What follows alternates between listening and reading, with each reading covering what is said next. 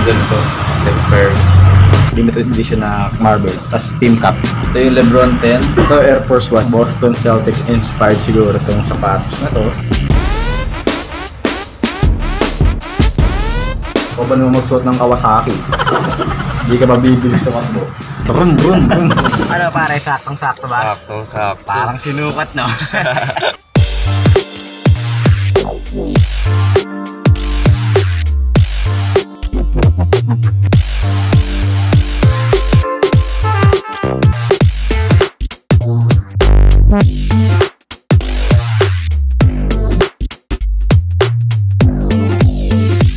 Hindi pa nakapag-subscribe na kayo para updated din kayo sa mga bagong nalabas na video namin. Hit nyo na rin yung notification bell button below.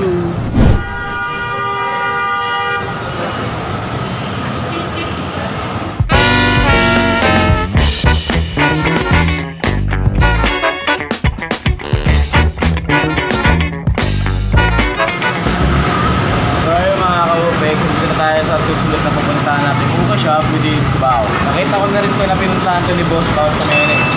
Shoutout nga pala kay Boss Paul Jimenez dyan. Tara, pasukin natin para makakanta ng less than 1,000.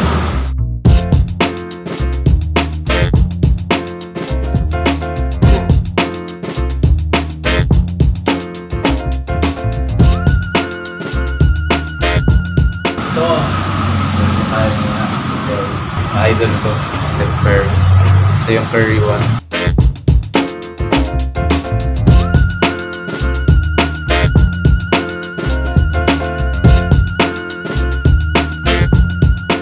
$1,400 na lang siya. Medyo gamit na pero pwede pa. Harabas. Kaya magkano last price? Pwede ka na ba dyan? 1,400. 1,100 na lang. 1,120 na lang. LeBron 11. Medyo maliit na size. 5.5Y. 1.8 na siya pero guys yung fresh na fresh legit. Pwede pa. Makapit na makapit pa. 1.8 to. Bali ano na siya, 1,440 na siya. Ito yung isa hyper dunk na low. 1.8 na lang siya. Less 20 pa. Nasa 1,440 na lang. 1,440 na lang din siya. Ganda to. Ganda siya. Maganda siya actually. Air Force 1 high. Check mo nga yung, naalala niyo ba nakarang episode? Yung tinanong namin dun sa Nike factory outlet. Neto. Isang tip lang para hindi kayo mapeke is pag once, kasi itong original or yung legit, yung sole niya matigas. Once na malambot siya, magtaka na kayo. Malambot siya. Alam niya na. So ito. Naalala niyo ba yung Elite Hero series ng Nike? Ayan. Ito yung LeBron 10. Ayan, Elite Hero. Ayan, kung naalala nyo. Naglabas kasi sila neto. Tapos yung Kobe 8 Elite na kulay green. Tapos yung KD5 na Elite Superhero din na kulay blue. So ito yung pangatlo, yung LeBron. So okay pa din siya. Kaso ito yung problema ng LeBron din. Lumalobo siya. So baka hindi na siya pwede panlaro. Pero kung pangharabas lang. Paano, anting tahi-tahi lang yan. Pero ito, legit to. 1.8 na, 1,440 na lang din siya.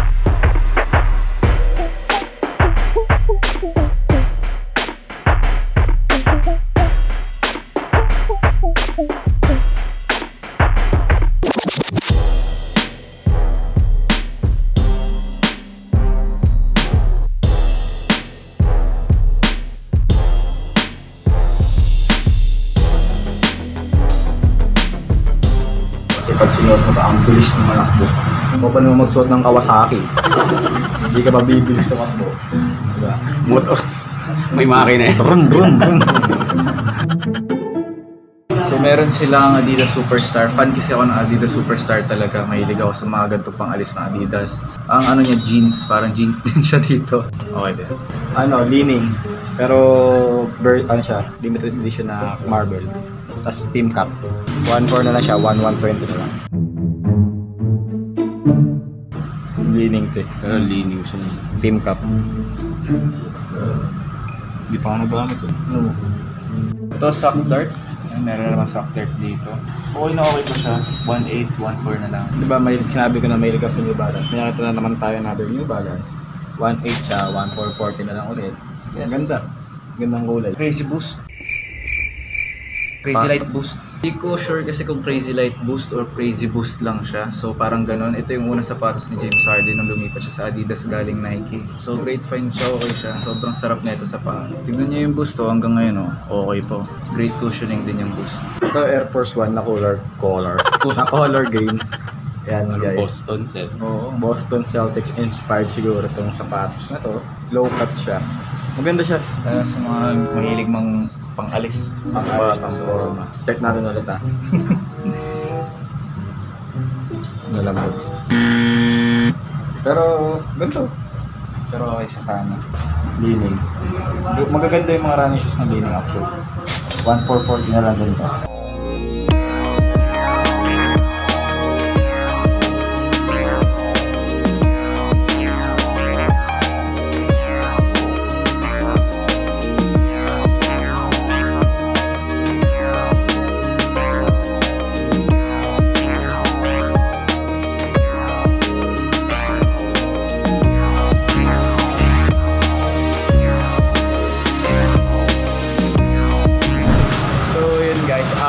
Itong pinuntahan namin, dahil sa pinuntahan namin, wala pa rin kaming nakitang less than 1,000 pesos. Pero naglalaro sa 1,140, mga ganun. Saka kasi medyo kulang sila sa stocks pero okay din naman kahit pa paano. Pero hindi kagaya ng mga nakita namin nakaraang mga ukay shop. Pwede niya rin visit yung ukay na yun. Kasi sa loob kasi yung dami pang mga t-shirts, jackets yun.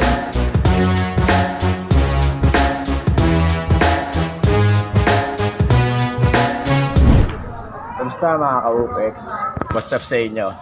Kung napapansin nyo, nandito tayo ngayon sa Marikina River Park kung saan imimit natin ngayon yung nanalo ng Donovan Mitchell Pro Vision Adidas. And pansin nyo rin wala si Ash kasi may pasok nga siya. Ang nanalo nga pala sa ating giveaway na pinangako namin ng first vlog ay ito. Yan, congratulations sa inyo and thank you nga pala sa lahat na subscribe dahil nakaabot namin sa 5k subscribers. Kinontak na namin ngayon si Christian Dion para ibigay na sa kanya yung shoes niya yun. Kaya puntahan natin siya. Nandiyan na siya. Let's go. Feeling ko matutuwa siya sa bagong Adidas shoes niya. Kumusta pare? Nga pala si Christian Dion Hanyola. Siya yung nanalo sa ating first giveaway na binanggit natin ng first vlog. So pare, ito na yung pinangako namin na Donovan Mitchell shoes sa'yo. Thank you, sir. Thank you po. Thank you so much. Maraming salamat po sa giveaway ninyo. At sana more subscribers to come and God bless po sa inyo. Paano? Tignan mo na. Isukat na natin yan. May kasama pang picture yan para sa'yo. Suot mo na rin yan.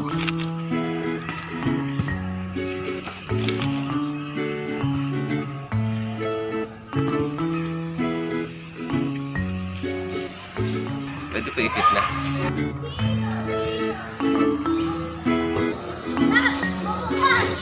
Ano pare, saktong-sakto ba? Saktong-sakto. Parang sinukat, no?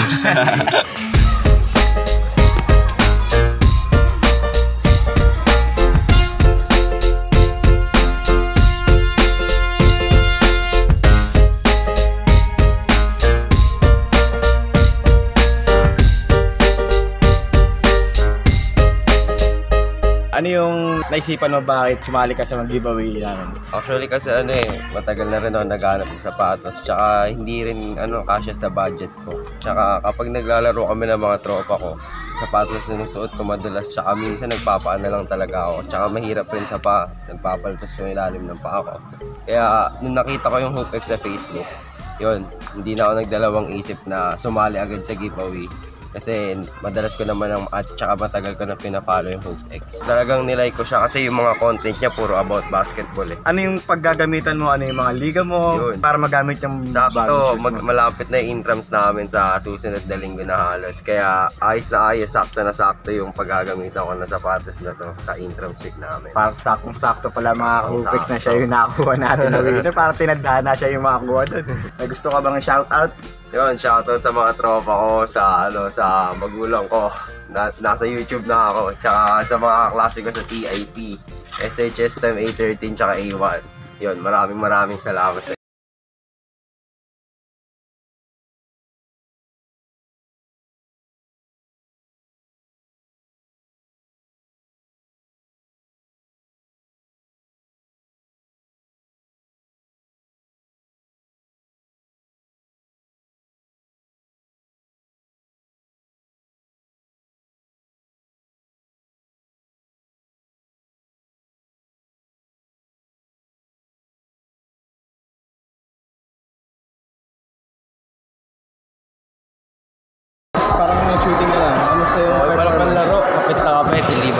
sakto. Sakto yan sa mga lalaroan mo ngayon. Tataas average natin dito. Pero yun, mga ka-UPEX, abangan nyo lang yung mga susunod na giveaway namin. Please continue supporting UPEX. Paano? Please like, comment, and subscribe at ring nyo na rin yung button. At yun lang, subscribe sa Facebook nila at sa YouTube channel mga ka-UPEX. So, paano mga ka-UPEX? Till next time. Bye! Bye! Yung second shop na pinuntahan namin guys, actually, nagigitnaan siya. No, relax. Kaya magkalapit lang talaga sila. So ang tip dyan, talaga dito muna kayo pumunta. Para